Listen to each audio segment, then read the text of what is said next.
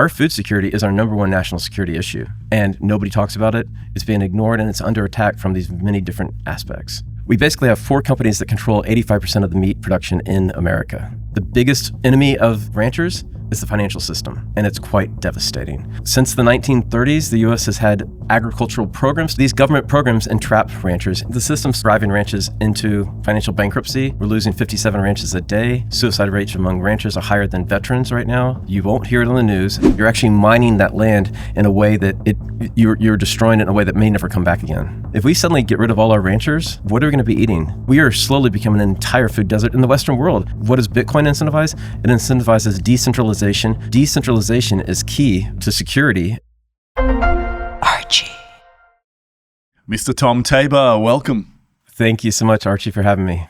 It's my pleasure, and thanks for coming in, because we had one attempt at it, but unfortunately it didn't quite work out. We were getting squeezed over lunch to make it, and I said, let's just enjoy our lunch, and we'll see if fate intervenes and gives us a second chance. Now, we are here to talk about beef and Bitcoin. So can you just tell people who you are and what you do and why we're here today? Sure. I've been friends with Texas Slim for many, many years, and he's the founder and the driving force behind the Beef Initiative.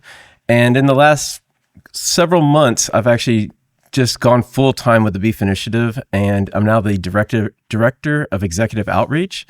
So I'm the face that's talking to Bitcoiners and investors and getting the message of what Slim's been talking about for years. So what is that then? The message is this, and the first time I met Slim was at an event he put together for Bitcoiners and ranchers to come together. So for years he was saying, shake a rancher's hand, get to know your local rancher. And so in Crawford, Colorado, we got together and we did that. We shook ranchers' hands, and it was amazing the transfer of knowledge between folks.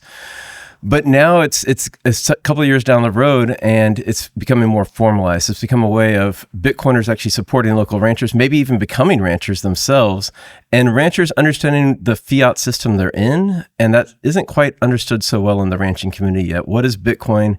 Is it just fake internet money, or is it their tool to salvation? And getting that message across in a way that they can hear it, understand it, and appreciate they're not talked down to is really the goal of the Beef Initiative. And we have a lot of tools in our quiver now that we can use to actually make a big transformative change for them. Now, we can talk about Bitcoin and ranchers in a second, but I want to talk to you about beef, right? Yeah. Because I made a comment the other day when we were having lunch. Yep. I think I made reference to a particular hamburger chain that sort of perhaps raised the standards, and I said, well, they use real beef. And Slim just looked at me. Of course, he just looks at me like, and what's real beef, Archie?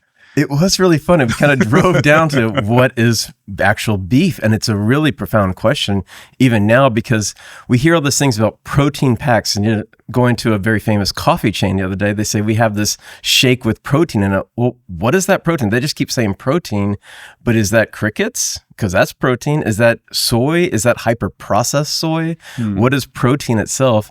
And the word beef is getting corrupted more and more and more. And you can see what they did to milk. What is milk? Is it from a cow, or is it from an almond?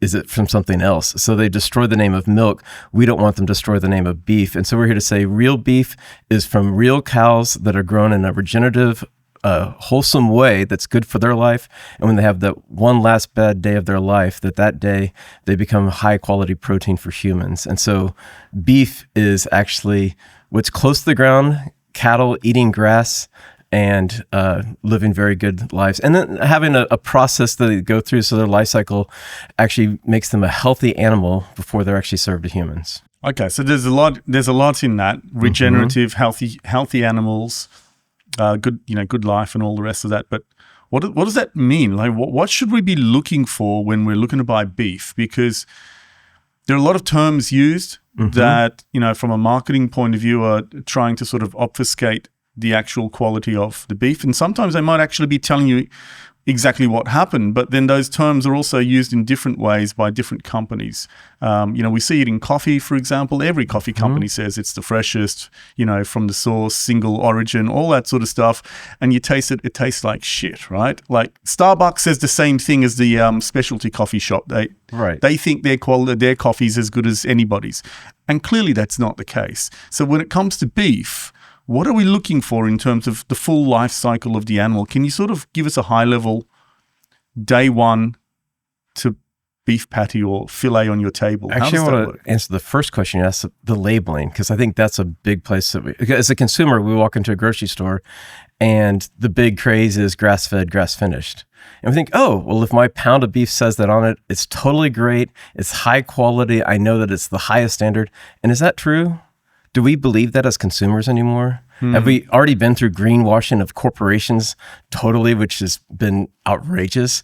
The term organic, does anybody believe that term anymore? Did they really, like you mentioned coffee, I have friends in Panama that actually go to indigenous tribes, get totally organic coffee, and that's $16, $20 a bag. When you buy a $10 bag of organic coffee, you can just be assured there it's not actually organic. So there's mislabeling. That mislabeling happens in the meat industry and the beef industry. It's rampant. If it and says, they do it to eggs as well. They'll say free range, and then there's an asterisk and it says free to roam, which means that they were in a closed barn with a little door and they were free to walk out if they wanted to. Right. There's also the input controls of chickens, and there's just a huge scandal over a major brand of all pasture-raised eggs. And it turns out what they were feeding them was some really bad fats, just really soy feed and feeds that had polyunsaturated fats in it. And those polyunsaturated fats were passed through that chicken, into the egg, into you. So you're actually eating something that's not really pasture-raised. It's not their fault. They didn't actually lie about it. But when it was discovered, it was a big scandal. So the labeling is a place where consumers really need to understand what is actually going on. What is the thing that you're putting in your mouth and your family's mouth? What are you actually ingesting?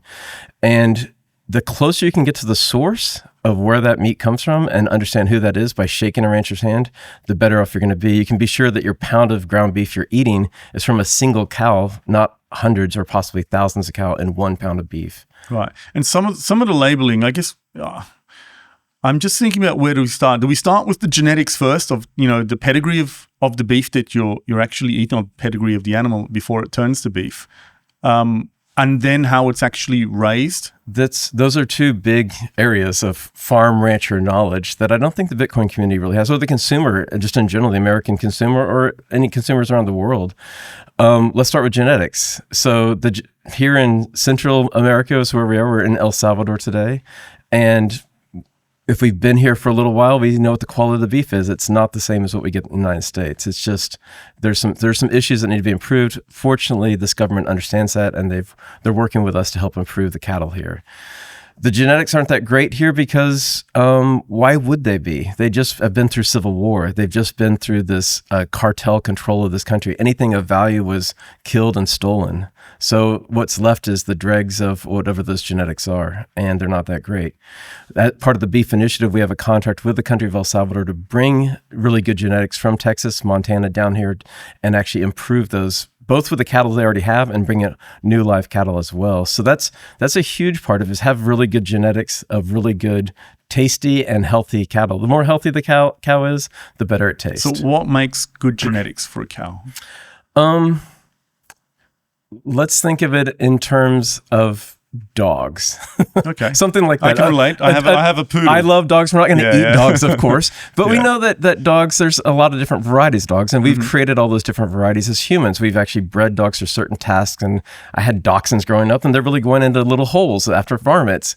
Also have like huskies as well. They can't do that job. So there's different genetics for different things. And in the beef industry, there's genetics for, down here, they've actually selected for high heat tolerance, so really big ears, things like that. Brahma bulls have the big hump on the back, so they can withstand all that, but they're not tasty animals. They're good at rugged terrain. The Texas Longhorn, originally from Texas, the Texas Longhorn's iconic, but horrible beef. It's a gorgeous animal that we need to protect and heritage, but it's not the thing you're going to want to be served to at a high-end steak-in restaurant. It's just not. It's not meant for that. But the Angus has been traditionally a really good breed, but they don't do well in difficult conditions. So the King Ranch was a ranch established in South Texas back in 1853, and they were trying to figure out the same problem. They had the same issue. They knew that they wanted British Angus beef down there, but they couldn't withstand the heat of that climate. So they mixed them with some other things. They came up with a whole new breed called the Santa Gertrudis. And it's now one of the most famous breeds around the world. It's very resilient, has wonderful beef, and they've even improved upon it over this 100 plus years they've been working with it. So that's an example of what genetics mean and why that would be different. So ability tolerate the environmental conditions, but Right. at the same time produce a meat that's tasty. Right. The second part of what you're saying is how's that animal treated? And that's critical because in this commoditized, centralized world that we live in, this fiat world, we basically have 4 companies that control 85% of the meat production in America. So 4 companies, 85%, what's their motivation going to be? The highest quality beef or the lowest cost? And so lowest cost means that you go to a fiat standard. Now, the fiat standard is you do whatever it takes to get what you can sell for the highest price with the lowest cost inputs. And lowest cost inputs means that you're going to use cheap inputs, you're going to use cheap sugars to get them fat fast, but they're also going to be metabolically diseased. They're going to pass on, not disease, but they're going to be metabolically compromised, I would say. That there's this animal is fattened up. They try to throw on, I think it's 6 pounds a day in the last 60 to 90 days of the cow's life before they go to slaughterhouse. And how you put that poundage on those input controls is very, very important. You could do it all organic. You can do it with just actually plants and bring in omega-3s into that beef, but that's not the way it's done. It's done for fast, easy sugars to fatten them up and then get them into your plate.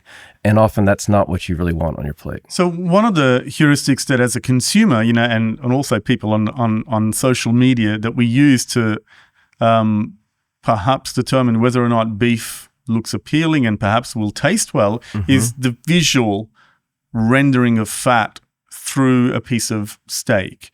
Is that an accurate way to determine the quality of the meat? It's one attribute of quality, but it's not. It doesn't tell the whole story. How did that fat get there is important. So what were the inputs? How was that animal treated to make it fat? And that's kind of what I was just speaking to. You can just give them cotton candy, the equivalent of what a cotton candy diet is, or you can actually give them a really healthy diet that actually gets them there much more quickly using plants. So what is the variable that determines whether or not fat is, beautifully rendered throughout a piece of meat, or whether it's sort of like in like chunks or not?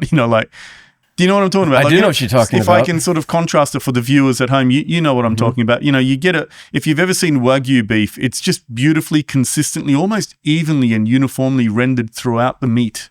Whereas you get other steaks and it's just like a big slither of fat in one section of the meat.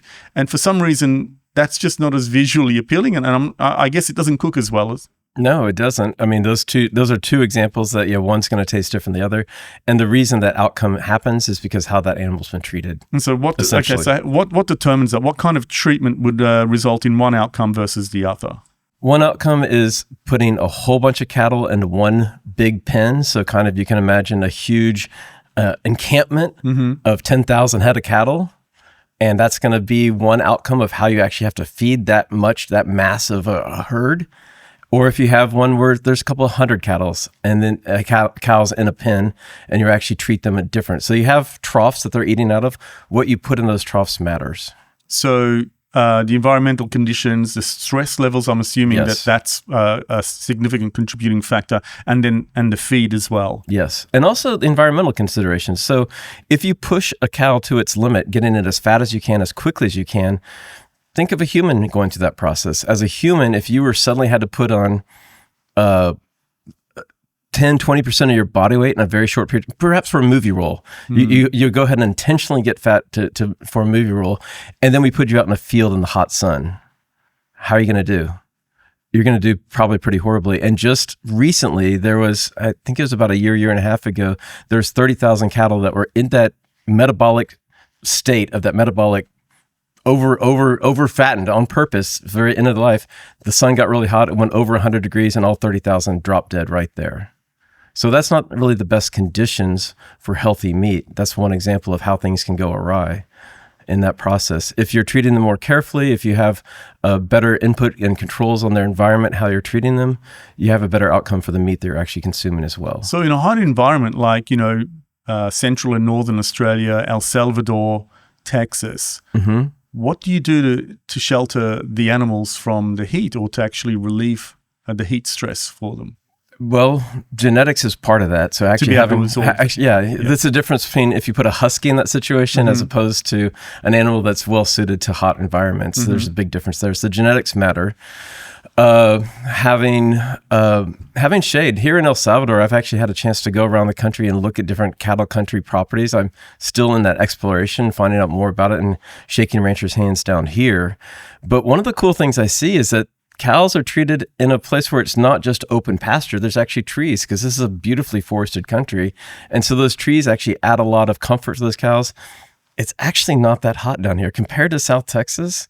El Salvador is really, really pleasant. The closer you are to the beach, it's a little warmer. The farther you go inland, you go up in elevation, and it gets cooler.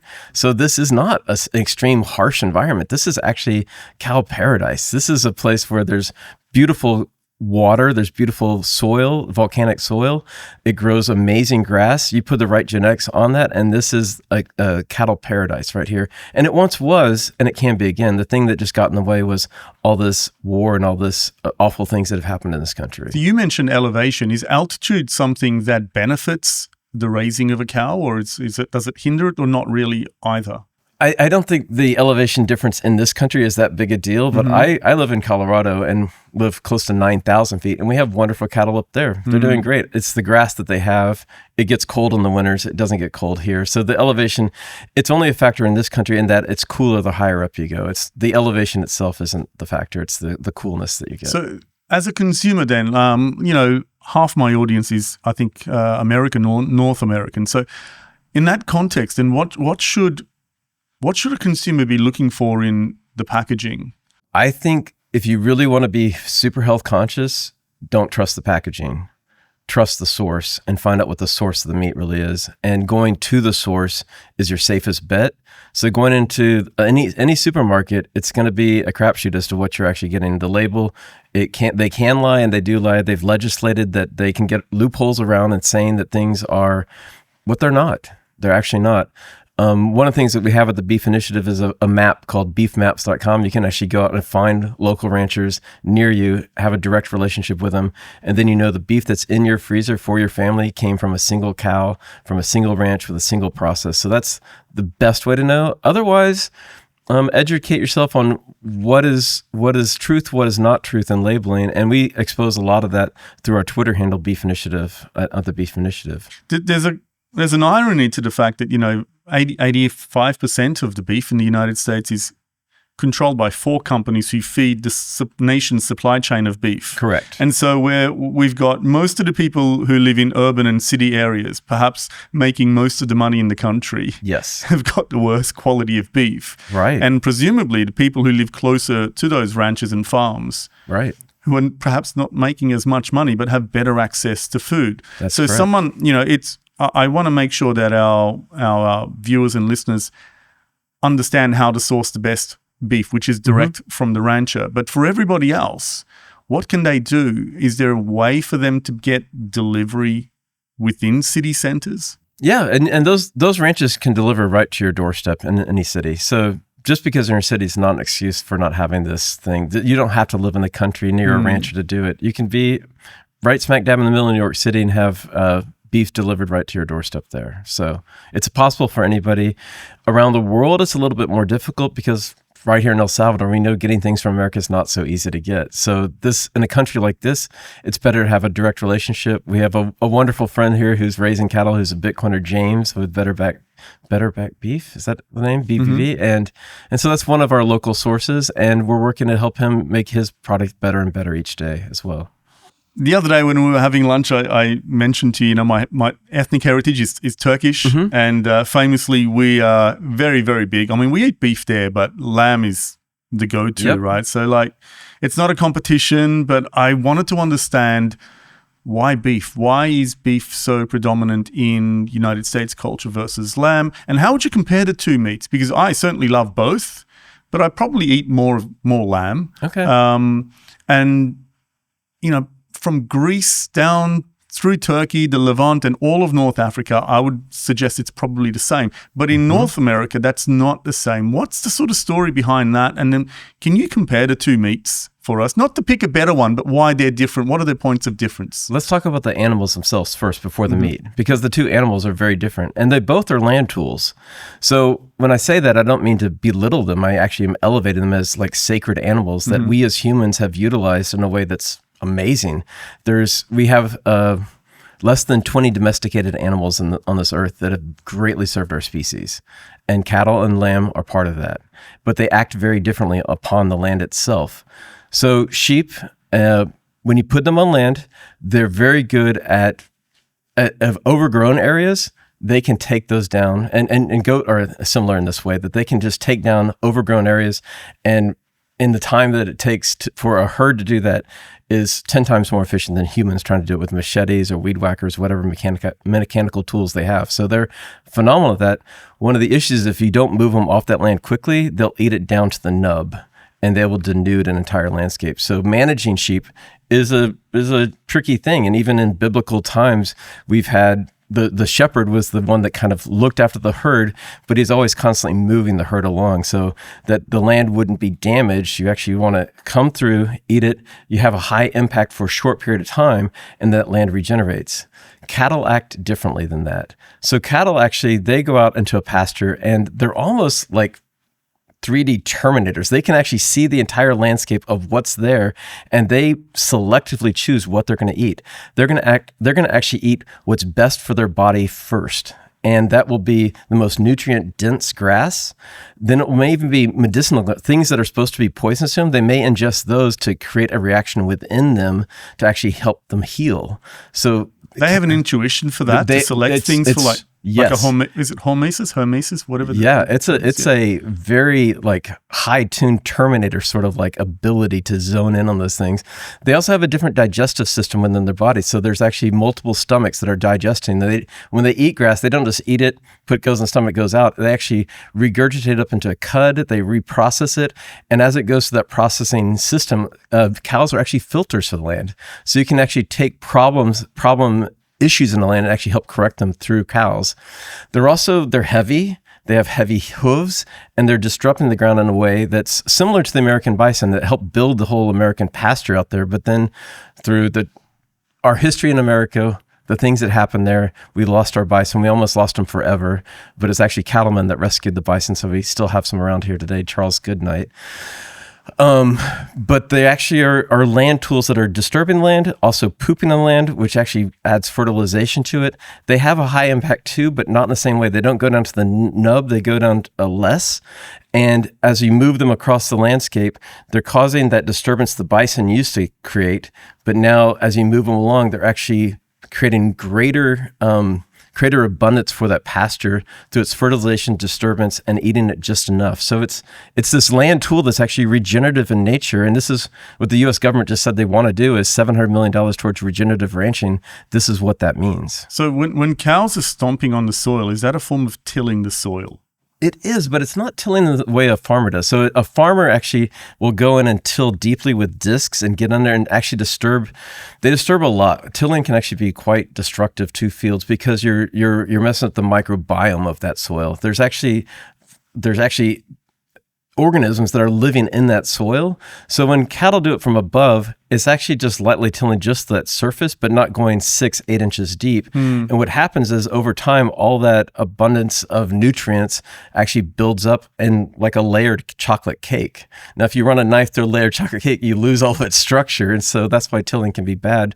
But cattle do just enough at the surface to really have a huge impact. I remember watching something about some farmers in Australia. There was a kind of micro movement of the no-till movement. And their theory was, but perhaps you can correct me if my recollection is wrong, was that tilling in the way that you've described, that farmers typically do it, results in a unsettling of the topsoil, which makes it susceptible to winds and being blown off. Of course, the topsoil is where a lot of the nutrients are, as you described, but also loss of moisture as well when you're in a hot environment. So this is kind of like when the cows do it, it's a more modified, less extreme version of that, and it just does enough to get the cow manure in there as well. And what you're describing is kind of the permaculture version, or that's one view of that world, which is big in Australia as well, is how can we disturb it as little as possible to help build up all those positives in the soil and not break them down. But when you go to a FIAT system, a FIAT controlled, centralized system that's trying to mass produce the most corn on a piece of land as possible. You put a center pivot in it, you till it as deeply as you can, and then you have to throw a bunch of chemicals on it. And those chemicals are fertilizers, often from another country from around the world. And those chemicals are adding the supposed nutrients the plants need, but what they really need is the microbiome of it. They actually need mycelium is actually the communications network of the soil. When you cut through it with a blade, you're actually cutting through the mycelium of that soil. You're cutting through the microorganisms that are creating the abundance in there. So when you pour a bunch of chemicals on, it's a quick result, but it's a long-term disaster for that land. You're actually mining that land in a way that you're destroying it in a way that may never come back again. You mentioned a word of particular interest, regenerative farming. What is regenerative farming, and how is it different from organic farming? Or is organic farming a subset of that, or just a bullshit marketing term? So I don't know what the difference is. So I'd love to hear your explanation. We went through green companies, and every company wanted to be a green company. Oh, we're the greenest company. We recycle our office paper, so we're green.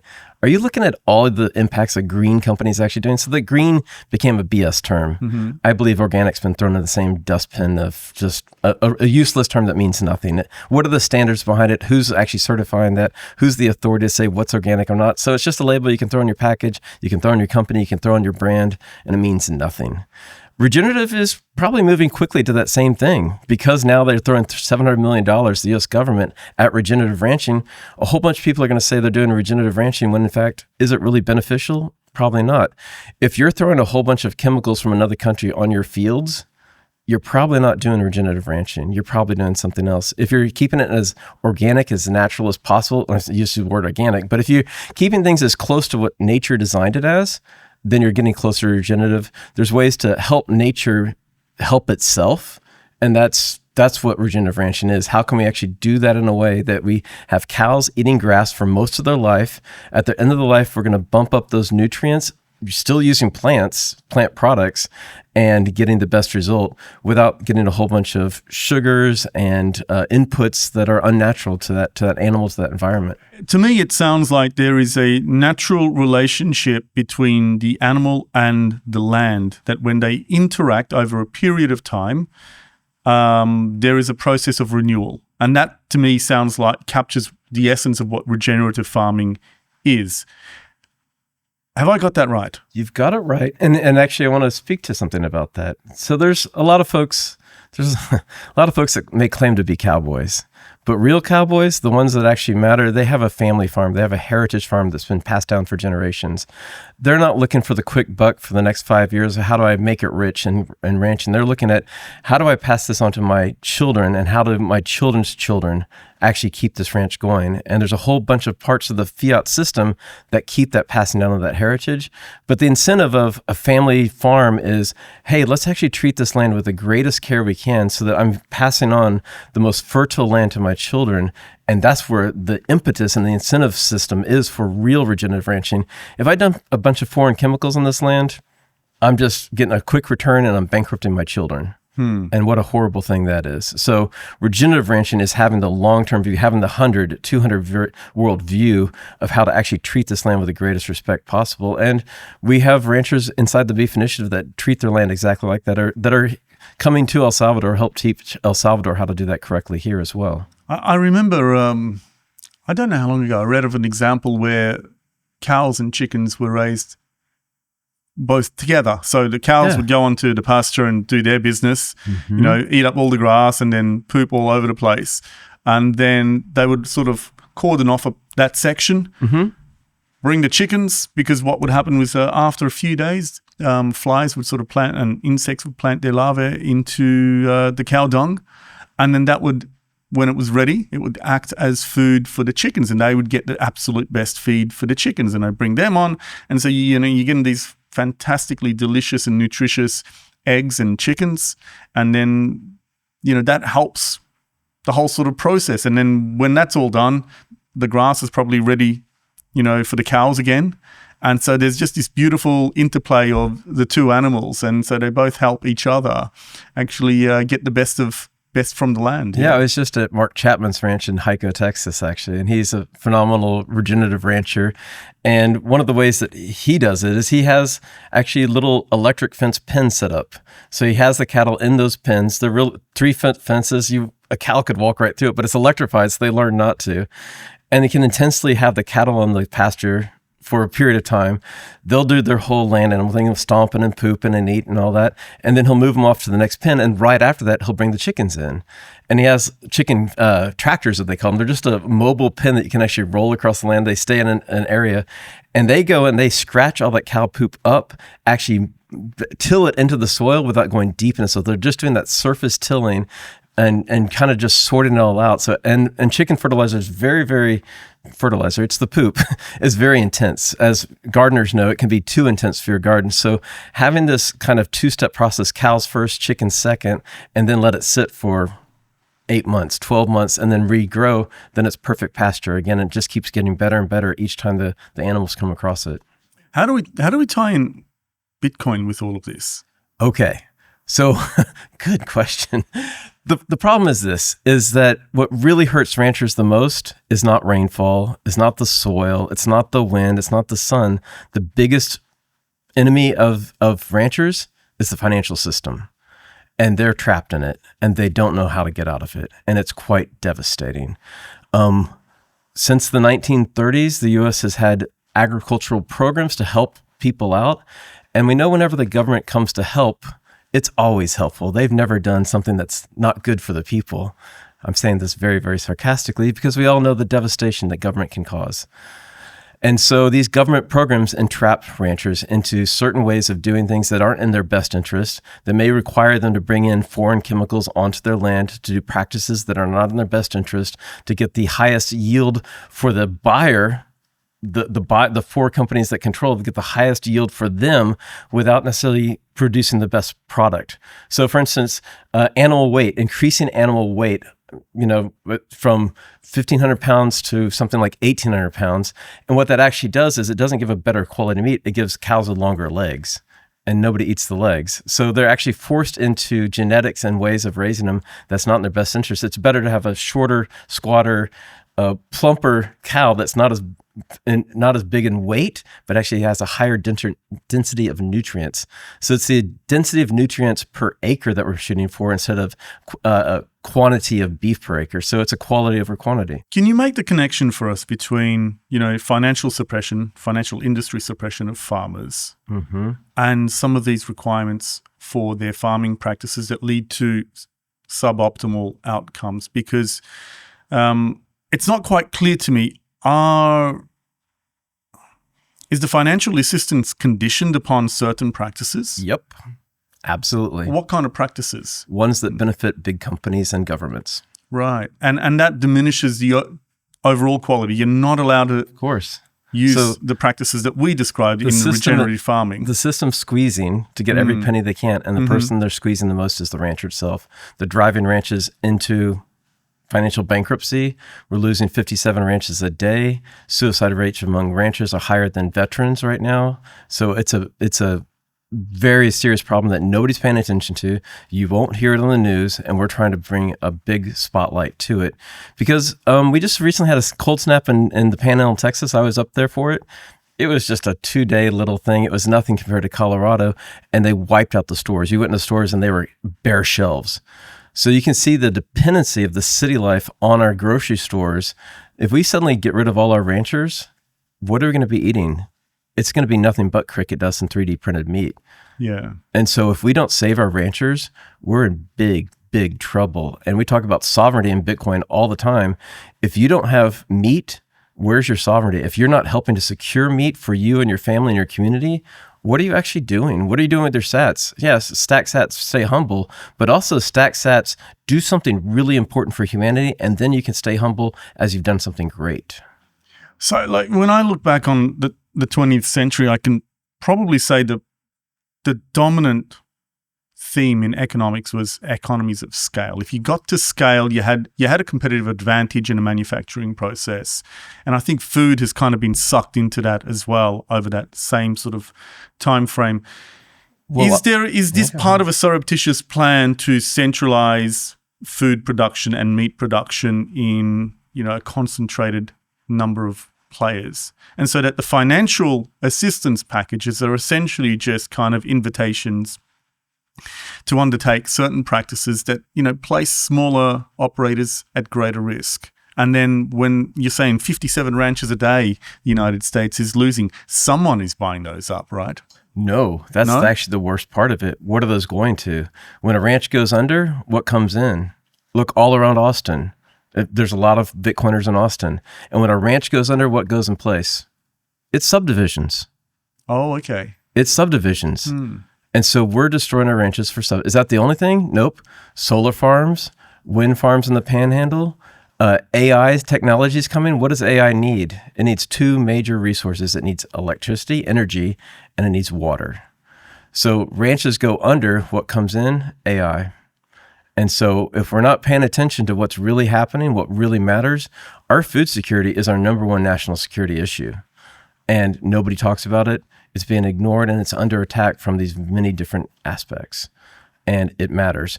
When you talk about economics taught in the university, what are they teaching? Are they teaching Austrian economics or teaching Keynesian economics? They're teaching Keynesian economics. And in Keynesian economics, scale's always better. Scale's the way to go. You get bigger and then everything's going to be great. Well, that's not actually true. That gives us the Walmarts of the world and we get the Walmart quality of the world. And we drive out all the mom and pop shops that were in our small towns and that had the quality thing. So what does Bitcoin incentivize? It incentivizes decentralization. With decentralization, we get less risk. If we have 5,000 meat processing plants in America, like we used to have, then suddenly we have a lot of optionalities. We can have 10% of them go down, and it's no big deal. We have 4 major processing companies with just a minimal, ginormous processing plants. You get COVID inside one of those plants, as we saw happen, that whole plant goes down suddenly. So decentralization is key to security. It's key. It's a core concept of Bitcoin, and it's a core concept of Austrian economics. So scale is not the way to go. Actually, having decentralized producers, having a whole system that goes from the ground all the way to the consumer is the way to actually go. The scale is in decentralization and keeping it close to the ground, keeping it close to the communities, not shipping an avocado 4 times around the world before you actually eat the thing, which is this crazy fiat system incentivizes silly operations like that. So I love the idea of decentralized food supply chain, and in this instance, ranchers and farmers and the like. There is an argument to say that actually that can't feed the nation enough beef. It can't produce enough beef for the nation if we have a whole bunch of smaller farmers because they don't have economies of scale, for example. What is the argument against that? Because I'm in total agreement with you that the quality will be raised. What about production volume? Can we still meet production volume if we decentralize like this? The proof of work of that concept is history. We've done it before. We had it before. It got destroyed on purpose by fiat. In every Texas county, we had a small processing plant. All the local ranchers brought their cattle to their county processing plant, and it worked really, really well. What destroyed it? Massive economies of scale and centralization into a few hands. That's what killed it. Why did they do that? I mean, I know we can just say fiat killed it, but what was the imperative, the commercial or political imperative to do that? Massive amount of profits. Globalization. Is globalization real? Has it actually happened? Have we seen it in our own lifetimes? Have we seen the major brands control everything? Those centralized, is it all done through finance? I don't think I have to explain it. Let's take a look. We've lived it since I was in high school in the 80s, and the way that we do the world now is shocking to me. It's just shocking, the lack of freedoms that we have, the centralization, the way that we're even talked to through commercials and TV. We're talked down to as if we don't know better. And we're sovereign individuals. I'm an American, and there's a lot of Bitcoiners listening that are American.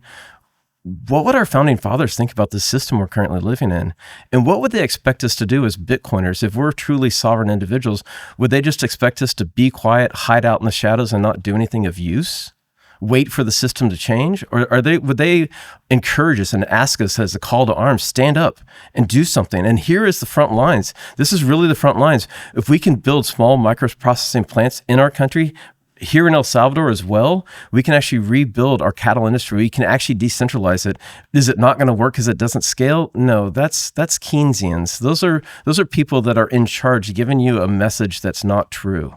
Yeah, and I think It's just when not. you ask people, they want a higher quality, locally sourced product. They want that. Yeah. But for some reason, we've been sort of corralled into accepting something of a much lower quality. Yes. Without the alternative to choose. Yes. Because if you go into a supermarket, you do not have the option to choose a high quality beef of the sort that you've just described to us. You don't have that option. You don't have that. And that's called lack of market access. And it gets worse in the more poverty sections you go. You go into the less developed part of our urban city, and there's nothing. Nothing, yeah. There's a nuggets. convenience store with some puffed cheese and soda drinks and high energy drinks. There's no food. There might be a banana near the checkout stand, but there's no food inside that store whatsoever. It is a food desert, and we are slowly becoming an entire food desert in the Western world. And is this the way we should live? Is this the right direction? Because eventually they're going to give you tortilla chips out of cricket dust. High protein. It's great for you. It's everything you need. And you just look at the movie Idiocracy and everything was Brawndo.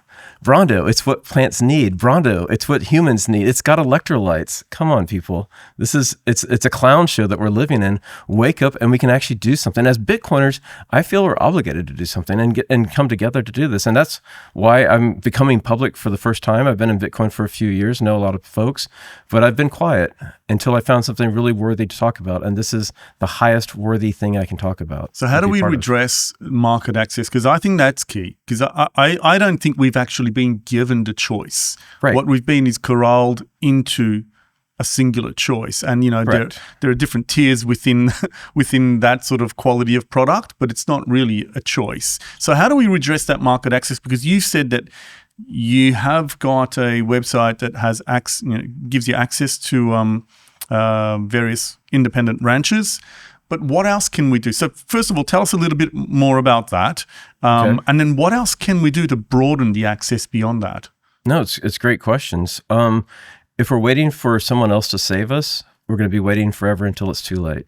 If we're waiting for our governments to save us, that's probably not a good option. If we have a government that's willing to work with us, like in El Salvador here, we should take every opportunity to make that a great partnership. What can we do? With anything, we talk about corralled, I think they're corralling our consciousness, actually. And if you allowed your consciousness to be corralled into a pen, into a feedlot, then you've done yourself a great disservice. You have to set yourself free from that mindset first. You're not going to do it by eating low-quality foods. So set your mind free, help yourself, help your family, help your friends, help your community, and then it goes out from there, region, country, world. Create new options, be part of the solution. This can be in many, many different ways. The beef maps, it's a way just directly connect with the rancher. That's simply all it is. That's expanding rapidly. If you have people that you want listed there, please let us know. That's simple. Direct to market ranch markets. So in the Panhandle, there's Ranchers Direct, which is a rancher storefront, this is called. And we have one in Colorado Springs as well. There's one there where it's a ranch store that has several different ranches bringing all their products together under one roof. And like the co-ops used to be this way too. I don't know, maybe they still are, but having rancher co-ops that you can actually go in and you're going into a store, today you just need to get some ground beef, go on in there, get your breakfast sausage, whatever it is, you can pick it up out of the freezer, go home with it. That's the first thing. If you don't have that, then the Bitcoin circular economies we're talking about all over the world, let's make those Bitcoin circular economies as part of ranchers as well. It's not just fruits and vegetables and those sort of things and trinkets. We actually need to have beef ranchers in the circular economies around the world. There's no country that needs to be accepted from that. We need to help them out and give them information how to be the best ranchers they can be. Having that choice, having that market access, that's one thing we can do as Bitcoiners quite well without having a lot of Bitcoin. It's really just grassroots. You can see how we've done the circular economies in so many different places just through grassroots effort. Bitcoin Beach, where we're sitting right now today, is the most stellar example of that. And they continue their mission of bringing that around the world. So it's a great honor to be sitting here today, actually. A lot of Bitcoiners, I wouldn't say a lot, some Bitcoiners are proponents of the carnivore diet. Now, I am not. Okay. I like to eat lots of different things, lots of different meats. I like fruits and vegetables as well. But, what are the nutritional benefits particular to beef? Why should people eat beef? I'm a huge proponent of red meat, by the way. Okay. But why should people eat beef? Beef has unsaturated fat is super important. We just had the food pyramid in America turned upside down, essentially, where they said, meat should be the smallest part of it, and they switched, it should be the largest part, but particularly saturated fats. And the highest concentration of saturated fats of the entire meat world is beef. But that's not all. There's also micronutrients in there. There's vitamins and minerals that you can't get any other way. If you eat beef every single day for the rest of your life, you can actually live a prosperous life. There's no other food that will do that for you. Any other meat you eat, and any other food you eat, you'll actually die from something because it won't give you the complete nutrients you need. So beef gives that to you. It's also the highest density of protein you can possibly get. So you're getting basically a nutrient food pellet for your system that's intense. And in that, your body has everything it needs to operate and perform at its highest ability, not just physically, not just musculars, but also mentally as well. I was a pescatarian for 3 years at one point in my life, and I was in a constant brain fog, and I was not mentally performing very well. And in it, I didn't really notice it until I switched back to meat, and I was like, wow, I can actually think clearly now. So that clarity of thought, that's useful as a human to have clarity of thought. It's also usefulness for your consciousness to raise it up, that you're able to be more aware of your surroundings, how you're interacting with it, and less likely to put into a corral where you have no options, like a food desert. This is going to be a very controversial topic that I'm about to open discussion on. And I want you to feel comfortable. This is a safe place. I'm good. Bring it on. What's the best way to cook a steak? Is it fire? Is it a cast iron skillet, or is it stainless steel? I love that you're bringing up difficult questions, but it's not difficult for me at all. In a previous part of my life, when I was a software geek, on the side, I was doing barbecue competitions for about 10 years, competing in those. And so without any hesitation, it's over fire, and not just any fire, not propane fire. I'd actually specifically say hardwood charcoal and hardwood woods that are specifically made for burning. You don't want to burn over pine or anything like that has resins. You actually want to build over a hardwood, like a fruit or a nut tree. And that is the very best way to cook beef without, hands down. The pans, they're good in the pinch, and I don't care. Pick either one. I've done both. I kind of like cast iron a little bit better, but I have both in my kitchen. Yeah, no, that's where all the controversy is. There's no controversy about fire. I just don't care. And if you guys want to make a big deal over it, fine, but cook it over fire, have some smoke in it, and you'll blow your mind. It'll do better than any pan could ever do. So when you're making a fire for a barbecue, a lot of people don't know this because I've seen some people cook, but you're supposed to let the flames die down first, right? Because that's how we do it. Thank you. Yeah? There's a couple of things. Okay. Do not use lighter fluid. Please stop. Why not? Tell us why not. It's petroleum. It's like, would you eat out of your gas tank in your car? No, please stop. Okay, so people who might do that, they're probably thinking it's going to burn out and it's going to flame off and right. But there's a residue, isn't there? There you go. So we're going to create a barbecue pit out of your gas tank out of your car. Are you going to be comfortable with that? No. You're going to serve that to your children? No. So don't do that. So the easiest way is this, and this is honest advice. There's something called a charcoal chimney. It's just a cylinder with a handle with holes in it, and you put charcoal inside that. There's a couple different kinds of charcoal. There's compressed charcoal, which is like Kingsford or something like that. If it says easy light, stay away from that. That's full of petroleum. That's straight out from under the ground. Don't use that. Don't even use the compressed. I mean, you can use the compressed if it says all natural, but the best I think is all natural lump charcoal. So it's hunks of wood they put inside of a big oven and basically cooked all of the woodiness, some of the wood, the lignin out of it. They burn it they slowly, charcoalize. don't they? They charcoalize it in a low oxygen environment, and it makes those, I think, the highest quality. It burns faster. It burns quickly. You put that in a charcoal chimney. You put a hunk of sawdust and wax underneath it. So just get a fire starter that's just that wax and sawdust. You light that up. You wait 20 minutes. The whole thing's flaming red coals. You pour that out. I usually do 2 just so I have enough. I put that under. I have my cast iron grate that goes over on top of it. I put in a chunk of oak on this side, on that side, so it gives a nice smoky flavor. You put your steaks on there. If they're steaks, you get it really close. If it's chicken, you have it farther away, and cook hamburgers that way. So steaks are closer to the fire than chicken. Yeah, just because you want to actually get a sear on that, and you want to, for my opinion, a medium rare is a very nice way to have a ribeye steak. I think ribeye is the nicest cut of steak as well. These are all my preferences that people can hate on if they'd like to, but hey, it's just who I am. Yeah. I mean, my experience with starting fires is like in a fireplace, right? I haven't really lived in a place to barbecue all that much, you see. Like back home in Australia, sure, but I've been in London a long time now. There's no barbecuing in apartments, mate. No, it's hard. Right? Down by the pool, you can sometimes get away with it. Yeah, like I really miss it. I just miss the smell of it. There's I'm going to cook you a steak. Somewhere, our friendship's just starting, but at some point in our future history, I'm cooking you a steak properly. Yeah. I might even just book a flight to Texas. Where's my steak? We'll take you to cowboy camp and put you on a ranch. That'll be all right. I'm a city boy at heart, but I'm very resilient. I can put up with a little bit of country difficulties, but I love starting fires in the fireplace. Mm-hmm. But I use paper to do that, and maybe a little bit of kindling as well, right? Yeah. So it was a long time ago. I worked up in a sort of ski resort, and I worked in a particular chalet hotel. And it was my job to chop up the wood, and it was just before the snow was going to set in, and I spent a whole day just chopping wood. It was one of the best things I've ever done.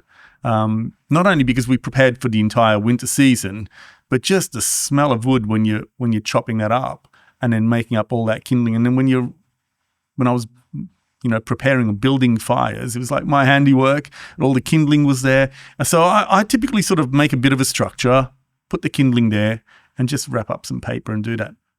Anything wrong with that? Not at all. That's the perfect way to do it. And then I recommend on the structure, just build in a log cabin. So 2 sticks, sticks on top, and then one, and that works perfect.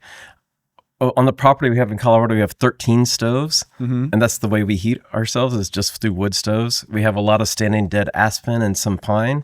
And so as we're chopping wood, we're not killing live trees. We're actually doing forest mitigation for ourselves and our neighbors. And we stack cords and cords of wood every How do you manage winter. temperature?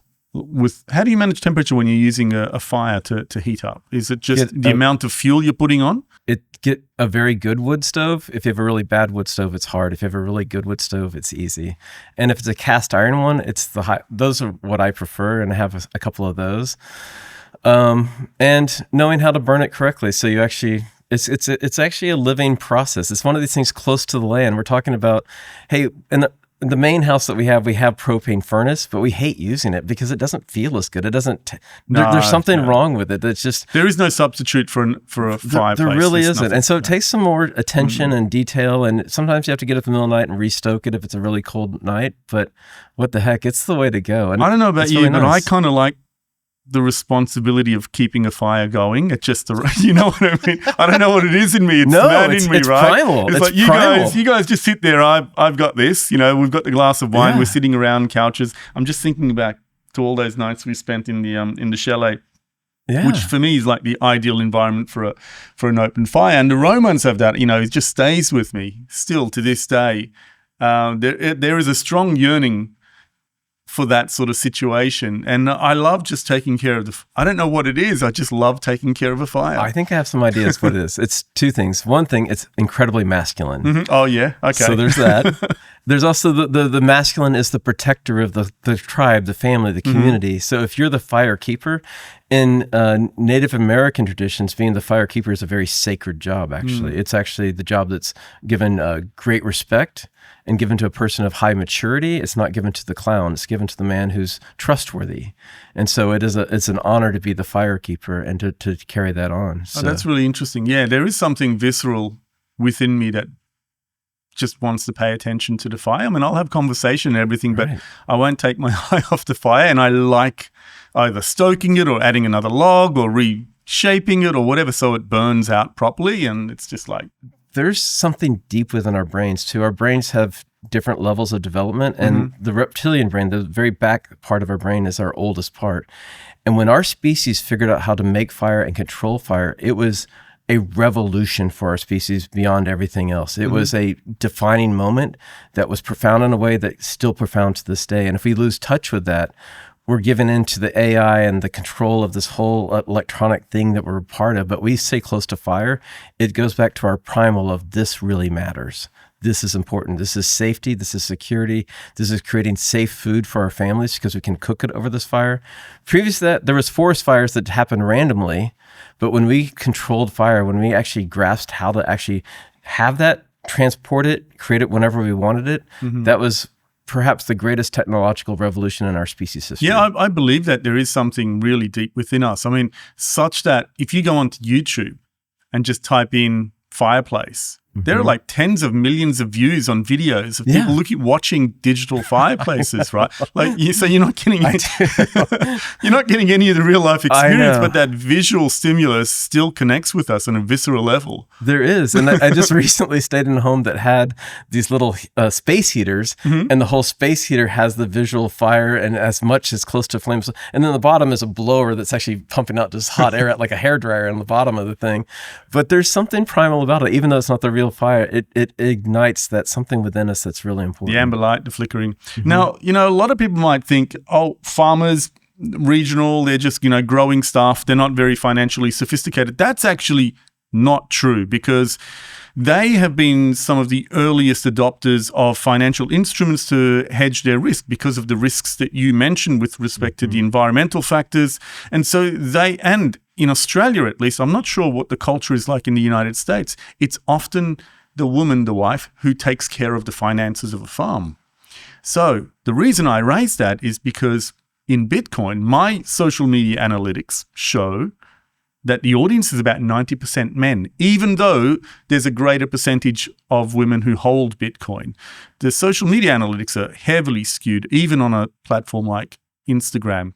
So all of that being said, I raise that because I want to know what it's like having conversations with farmers and their partners, males, females, all together, and what the orange pilling process is like. Are there any particular obstacles? Are they typical of what normies sort of say, or are they inured to sort of mainstream media narratives? Like, what's the experience? I've asked a lot of questions. I just want to know what it's like orange pilling farmers and their families. Let me explain it. And actually, it's a very good point. As Bitcoiners, we've all been involved in orange pilling. Once you just understand it a little bit, you have to tell everybody, and it gets a little bit manic at first.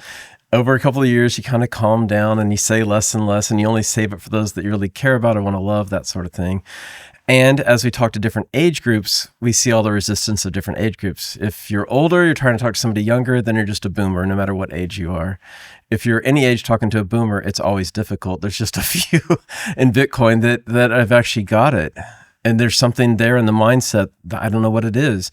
So that age matters, gender matters, but what really matters in the ranch community is that when a lot of these ranchers have encountered Bitcoiners, they've encountered people, men typically, that don't seem grounded, is probably the nicest way to say it, that are coming at them with a lot of vitriol, like, this is the right answer and you don't understand it, and talking down to them in a horrible way. And that has turned a lot of ranchers off, when in fact Bitcoin is their savior, but they haven't been told in a way by a person that can tell them that they can understand it. And it's a crying shame. And part of my reason of being is, hey, Bitcoiners, let's be better. Honestly, let's be more grounded. Let's be more respectful. And let's look at the cowboy code. Let's look at these real cowboys and what they've done, because they have proof of work on the land. And like you say, they are financially savvy. They have got it figured out. They often stack gold and silver because it's sound money they can trust because of the history behind it. And they're not wrong. But Bitcoin's actually better, but they have to be told that in a way they can actually hear and understand. And it can't come from a man they see as weaker, that's clownish, that's unhinged in many ways, that's manic. How can they listen to somebody like that? These are men that have tested themselves against the weather, the elements, all odds. They're brave, they're entrepreneurs, they're worthy of our respect, and they need to be talked to as such. And this is my call to action. As you go out there, read what we do in the Beef Initiative. We have a lot of good content that's already out there on Twitter that explains a lot of the problems, a lot of the solutions, and we have a digital property that we can actually speak with truth around the world. Texas Slim has acquired beef.com. And if you don't understand how significant that is huge. It's at least a $25 million property, but that's just its beginning. Once it's developed, it's a $250 million property. That's globally significant. That's it's globally not just, significant. Yeah. Vegas.com just went for $240 million. Boston.com just went for $400 million. When you have a short English name, it's a base root name, and it's more than just, hey, this is a great little website. This is a moniker of authority, a moniker of trust, not just for humans, but for AI bots as well.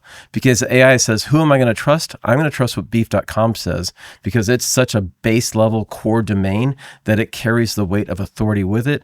When you have a package of meat that's stamped with beef.com on it, you know that it had to be rigorously tested. And if we compromise our standards, our integrity, we're done for. So we have to operate at the very highest standards and only work with partners that are willing to operate at those highest standards too. We're not going to greenwash our good name away. So we're not going to say organic. We're not going to say grass-fed, grass-finished. We're going to say regeneratively grown with omega-3 inputs into the lice, best cow life it's ever had, one bad day at the end. That's it.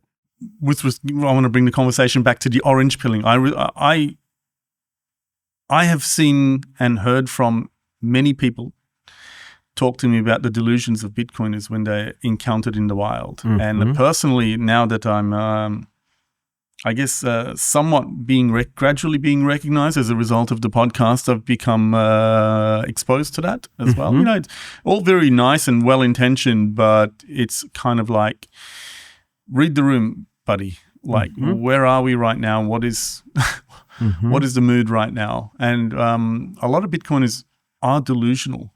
Like, it has to be said, not only in the way that they go about relating to others, but also just how they behave in public with respect to Bitcoin. And so you touched on a key point, which is respect for the person and their experience. And especially when it comes to farmers, for example, you know, they're people who deal with reality on a day-to-day basis, and they put in the work.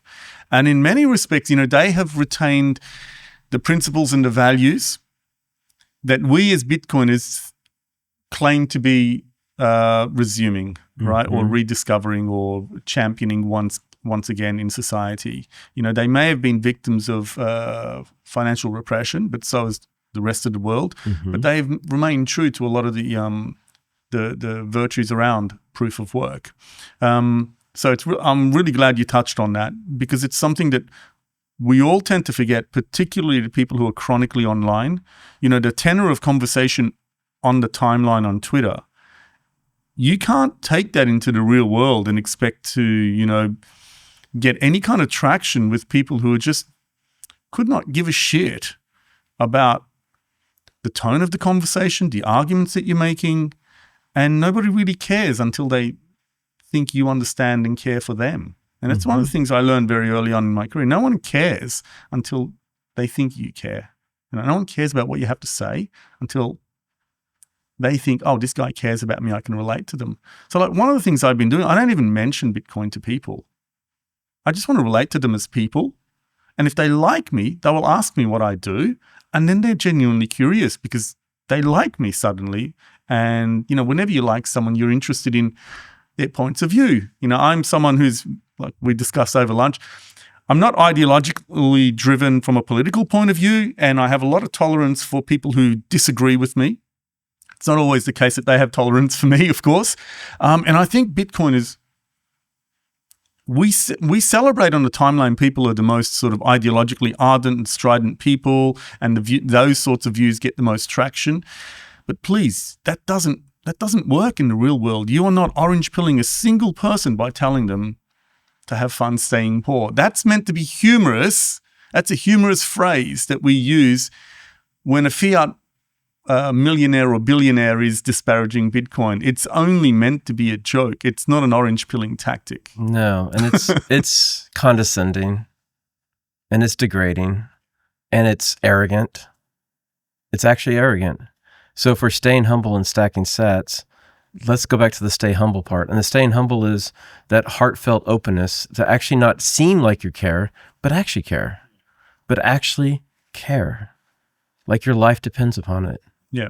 And the only way you can demonstrate that is by expressing an interest and giving someone the opportunity to express what their pain points are.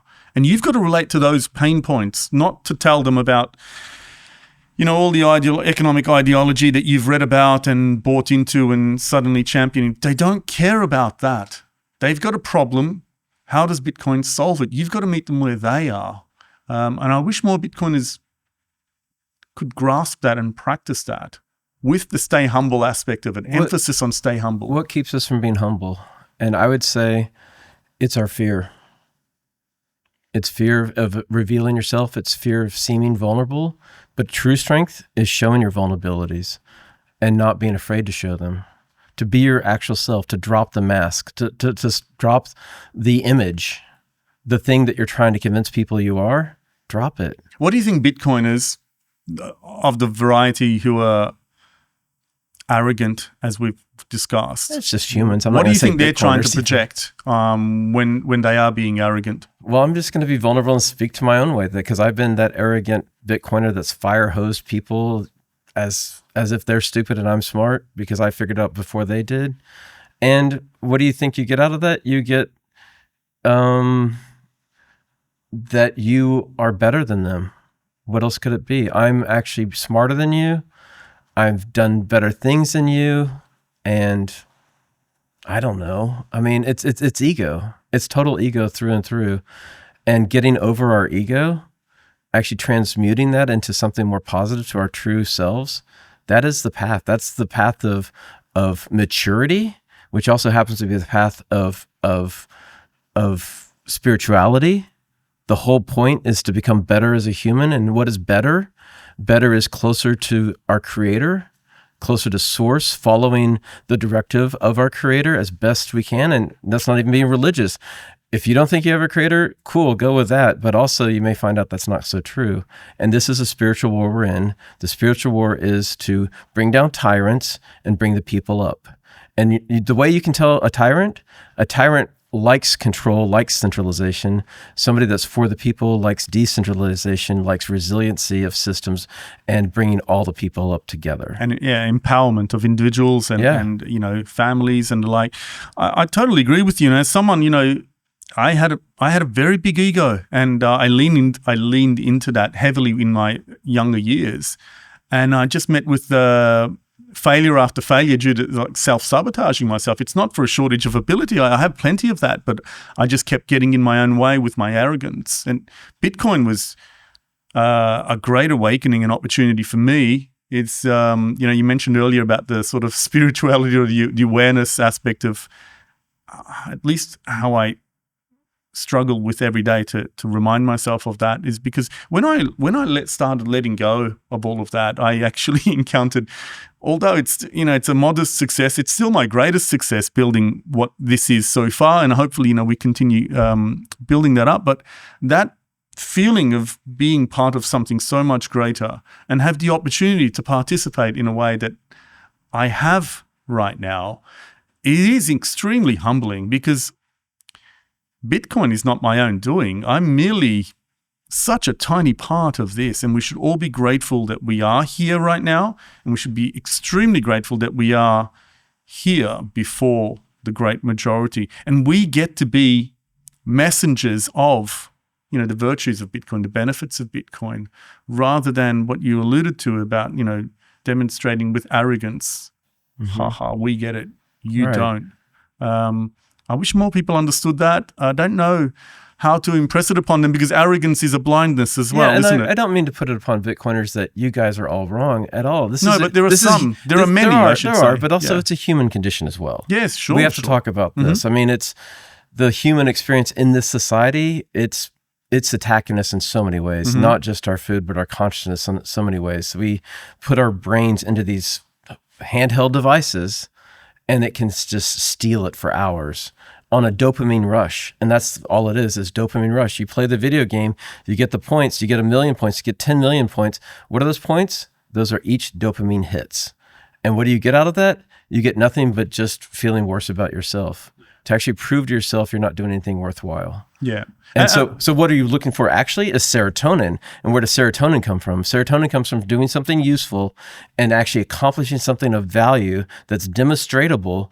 And that serotonin rush is, hey, I didn't just get high on dopamine. I actually did something of use. I had to actually corral my own conscious in to do something productive that made a difference. Yeah. I think part of that humility comes from understanding that we are not different as Bitcoiners from the rest of humanity. We are not, right? And recognizing that our subculture is subject to all the foibles and, faults of many other subcultures as well. And if you can't understand that we're not that different from a dynamic point of view, I know the philosophy and the principles, the values that we share collectively are different. That's what makes us what we are. But we want to expand that and reach out to other people. But, we are just as prone to extremism, to arrogance, to infighting, to politicization, to projecting our own values onto Bitcoin to the exclusion of others. So gatekeeping is something that I really do detest. But I want everyone to come and relate to Bitcoin in their own way, whether it is religious or whether it's through carnivore diets or lifting weights or whatever it is that you want to find a sort of subculture of people within this community. And if you can see whatever aspect of that, of your life within Bitcoin, and you find like-minded people, that's great. But when you start policing the behavior of other people within Bitcoin based on your own, values, I find that a little bit difficult to take, actually. I find it very disturbing. I think that there's been whimsical ideological wars, and there's been some very serious ideological wars. The whimsical one is the steel versus cast iron. Is anybody really? That's a joke. Yeah, it's a joke. Yeah. Let's all just agree. That's a bear market joke. We were bored. But there's more serious ones. Yeah. And the more serious one, and I'm not even going into what I think about it, but the knots versus core. And it's very serious. And the reason I'm saying it's very serious is because we are attacking people's consciousness with this war. And I had a very good friend that was very near suicide due to the attacks he received online. So when everybody's playing real hard ball on that game, know that you could be killing people, that your aggressive, angry behavior might put somebody in their deathbed. So I want to touch on that, because when someone is convinced of their own righteousness, there is no cost too great in their mind.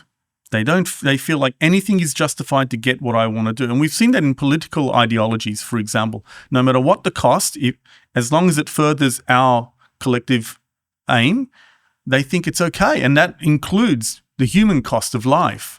And it's such a detrimental way to approach any kind of disagreement, particularly one within a community that has, knots and core have almost everything in common, right? Yes. They're Bitcoiners. They're closer than chimpanzees and humans. Right, yeah.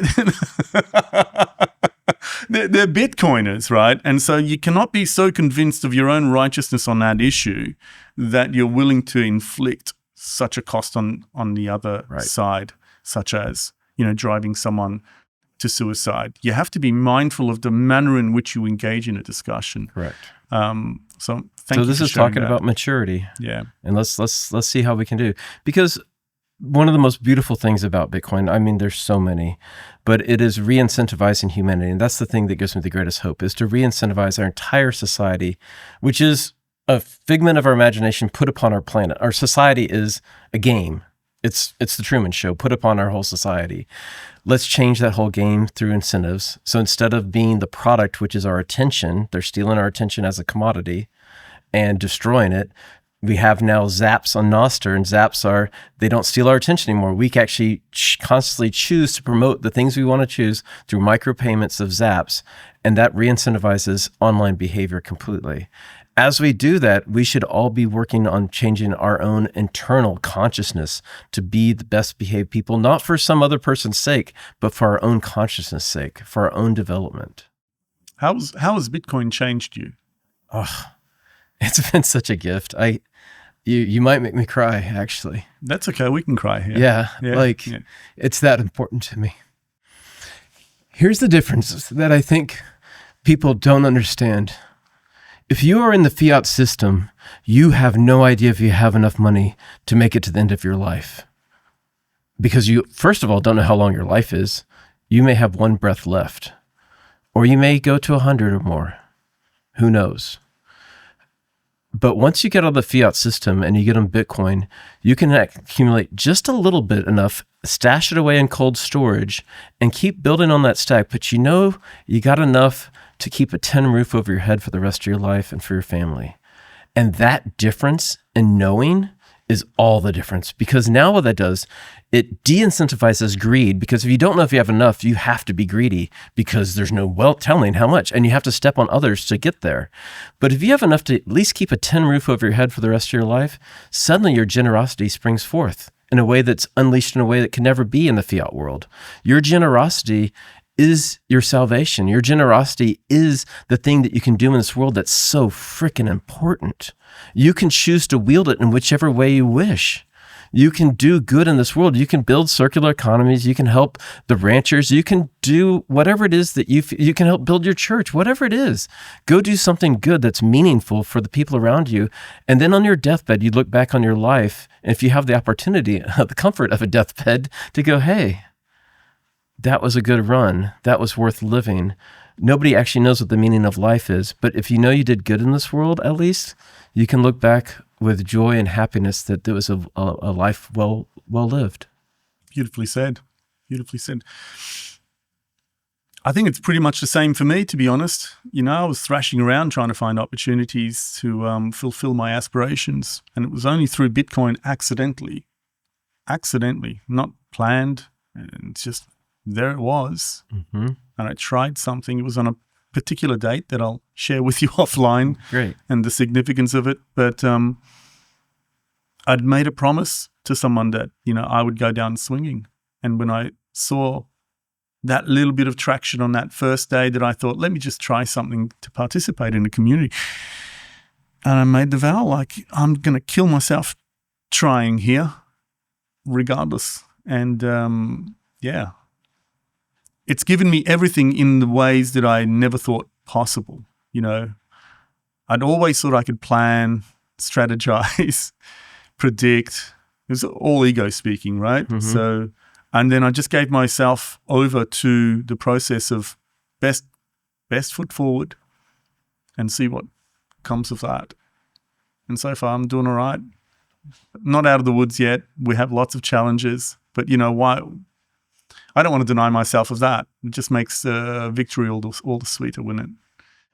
I find one of the best things about healing and growth is that it never ends. That as soon as you think you've done it, you've got it, you haven't at all. You've actually been tricked. But you've gotten a little bit higher, that you have a different perspective on it all. And you don't want it to be over. You don't want the destination to be the point. You want the journey to be the point. Well, I find myself now that I feel like I can take care of most of my needs with a reasonable amount of reliability, and I'm in a position to help other people. And so my thing is not so much to get more for me, because I live a quite a modest and pretty good life, right? I live a really, really good life. But how can I do more of what I want to help more of the people that I care about? I think that's the dividend for me that really matters. Here's an interesting question that Slim is stuck in my head, and it keeps rolling around over and over again. Why do you desire what you desire? It's not something to answer even in the moment, but to really look into, to really investigate. Why do I desire what I desire? Well, that really interesting thing, because I have a very clear sense of what I wanted from a very early age. Mm-hmm. And I think Anthony Robbins puts it very succinctly. It was significance that I sought from a very early age, and how I sort of not manifested that, but perhaps described that very early on. It was in a very juvenile way, like, oh, I want my name on a building or something like that. But, all along, it may have been symbolism like that, or money, or whatever. But what I found was, as I matured, I realized it was just significance. And what gives me significance is the ability to help the people that I do love. I mean, I want to take care of all my own needs and live in a very comfortable life. I want all those things for myself, of course. But what I get most joy out of is is taking care of the people that I love and I care about, and which is probably why I look after the fire. Yes. Right? It's just a visceral part of me that I've always had. And I had it. So I had a younger brother. I think a younger brother, I don't know what it's like to have a younger sister, but a younger brother was like the greatest gift to me. You know, I didn't have the best childhood, but having a younger brother was everything to me because he was my sidekick and we could just create our own world. But like protecting him, you know, keeping us entertained, and that was just like the world to me. That was everything to me. We had so much fun as kids. And so learning to look after him from a very young age, when we went outside, when we played, when we did whatever, probably, I don't know if I had it in me or it instilled in me a desire to look after people. And so I think all along that's what I've been seeking is significance.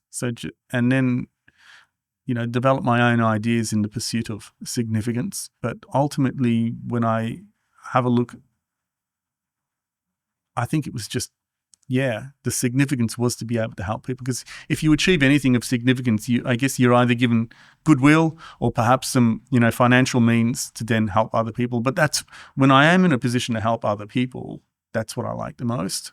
It's actually a very sophisticated answer that people may not realize. Significance is much, much, much more important than success.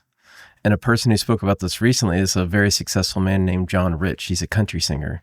He's outside of the Nashville system, and he's had more success than just about anybody. He's wild. And he got to this point of success, and it's like, does this mean anything? Does having another number one hit mean anything? And so he dropped the need for success because it wasn't of value anymore because he had so much of it, that all that matters is significance for him now. And he's really on quite a crusade of finding significance and bringing significance into his world and being a champion of that. So John Rich is a man to look into and see what he has to say about significance. It's rather wild. It's more than just purpose. Because purpose doesn't have like a direction to it. It's like, what's your purpose, but what's the reason for the purpose? And if it's not of service of others, that's eventually when you get to when you're going down this path, is the only thing that really matters is to be of service to others. And then it's a matter of how and why. And that's the significance part. Yeah, I mean, when I was sort of growing up and reading about Buffett, for example, he doesn't donate to get buildings and wings and this named after him. And I thought, you know, his name will probably live on longer than the people who do donate for a wing or a building to be named after them, because I think the people who help other people, their names will live on longer. I mean, I keep saying the sands will bury us all and we will all be forgotten. Like we will all be forgotten. How many people from 2,000 years ago are remembered? Not even that. How many people in your family 5 generations goes, you know your parents, you know your grandparents, your great-grandparents, but their great-grandparents, who were I mean, some people go into genealogy and get that, but most folks, 5 generations back, it's unknown. And how many generations does each family have? Tens of thousands? 100,000, something like that. Yeah. If we go all the way back. Yeah, most of us will lead insignificant lives in the grander scheme of things, but we will have been hopefully significant to the people we love. And so that's why I try to focus on that. I mean, all of the notions of success that I would have had younger are totally obsolete right now. Totally, yeah. The only thing is I still want financial success for the reasons I described. Sure. But like attention, like in my early 20s, I probably would have wanted attention, and that's the furthest thing from my mind right now. As an extrovert, I say that. I don't know where I'm kind of in the middle of extroversion, I think, but I've actually intentionally not been public as a Bitcoiner. And just in the last week and a half, I've decided to become so. And the reason is not for my ego or to get some sort of success out of it. It's because of the mission that I'm on with the Beef Initiative and the importance of it. So I'm willing to sacrifice all the comforts of anonymity to actually be a public figure to talk about this because it matters so much. I think you're a great speaker, and Thank you. You're right. There is something about being in the service of the purpose, right? And so for me, it's like I knew that to fulfill the potential of Bitcoin Archive, a podcast would be a very obvious thing to do. And I like this, so it's not. I know that this is going to live out there on platforms with potentially tens of thousands of people viewing that. But for me, like, this is the podcast, and I'm very comfortable because it's a controlled environment. But I know that it has a life on its own once we get out of the studio and as well. So be it. Whatever it is, that's fine. You know, we sort of started a conversation around how Bitcoin has changed you, but I didn't ask you, like, how did you get into Bitcoin? Actually, it's funny. Somebody asked on Twitter a while ago, a woman, a Bitcoiner, asked, how many Bitcoin men were brought to Bitcoin by girlfriends? Ooh. And I raised my hand. Yeah. I actually discovered Bitcoin back in the OG early days. Some friends were mining it, and I didn't take the bite. I didn't understand. And then I felt really bad about it for 10 years. And that was pretty excruciating, of just knowing it was the right thing, but not taking the bite, not knowing how to, and beating myself up over it, which is all ego. It all is. It just is. And How did you come to terms with that, though? That decision, that 10-year gap? Because for a lot of people, it's a sunk cost, and they are susceptible to sunk cost fallacy, and they dig in with their ego. Right. You confronted that, though. The Peter Schiff dilemma, basically. And how, poor guy. I overcame that. I had a wonderful woman in my life that was into Bitcoin and some crypto. So when she brought it, she says, hey, Tom, you just need to get over yourself. You need to let go of all that pain that you've been carrying and just look at this again and listen to these podcasts, listen to Michael Saylor. And when I was listening to Michael Saylor, my hands started sweating like, I'm too late. Oh my gosh, I missed the boat. And that was always the fear, is I'm too late. It's already over. It's already done for. And then I just plunged myself into it, and she recommended certain things, and I went outside of her recommendation. Oh, don't go outside I was like, no, I'm going to explore as far and as wide as I want to and go as deep as I can. And so it took me about 9 months of climbing Mount Stupid, which is crypto, to realize that, actually it's Bitcoin and only Bitcoin. And there's no way to leverage crypto into Bitcoin. It's just like, don't play the stupid fiat games with stupid prizes, actually just go to Bitcoin. And it took some evolution in that time to understand it more deeply. The more you understand it, the more in you can go. You can't just do it all at once. It's a process. And so that process was really eye-opening. And then I had another girlfriend after that was a Bitcoiner, and that helped reinforce all of that as well. So just together we were learning and listening to different Bitcoin content, and it just really galvanized a lot of things. And having somebody that I could really, bounce these ideas off with was a really huge part of it. So it's the most unmanly thing ever, is that, I was brought to it through really two girlfriends. Yeah, I think it's totally manly, because I love the way a good woman can keep us grounded and have us confront our egos. Yeah. Because you do it for love, right? And out of respect for her, that she's reflecting some part of your character onto you. Yeah. And, being an intelligent and masculine man, right? You give it due consideration, and you go, well, maybe I am, right? Yeah. That's a good relationship, right? It was all right. Yeah.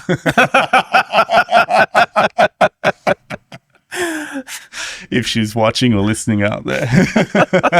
I hope so. Sorry, I didn't mean to put you on the spot. I hope so, actually.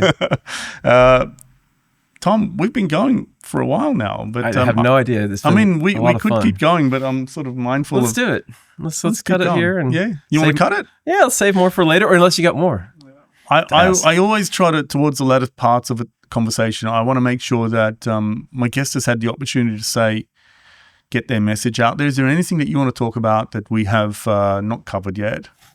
Just, I really appreciate this opportunity, and thanks for going in so deep on so many different avenues. It's been fantastic. If any of this has struck a chord with you, resonates with you in any way, whichever part of life you're from, reach out to me personally on Twitter is probably the best way. I'm Tom Tabor Hodl, TomTaberhodl. If you're interested in what we're doing at the Beef Initiative, take a look, follow us there. Beef.com is a huge opportunity, and it's going to open up a lot of possibilities that I'll talk about more as they develop. Is Beef.com live yet? It's live in the sense that you can go there and you can put in an email. We're collecting people that are interested in helping out and being part of it. And there's a flood of those coming in that we're collecting together. And then on the back end, we have developers that are building really something amazing to unveil at a point in time when it's right. The actual name server is just changed over just over a week ago. So we just actually, Texas just took ownership just very recently. So there's a lot going on in the background. So there's a lot of exciting opportunities. And if you want to be part of that, drop your email in there and let us know. Thank you so much for coming. I know it was all a bit of a squeeze, but you made quite the effort, and I'm very grateful for that. I'm grateful for you doing it on such short notice and for this wonderful studio on short notice as well. Yeah, thank you to Paco, and it's been really good to connect actually, because we didn't know each other. I can't remember seeing you on your timeline. I don't know how active you are on Twitter, but we have mutual friends in the space as well. So now I'm glad to have made a new friend. Indeed, I am as well. Thanks, Tom. Thanks, Archie.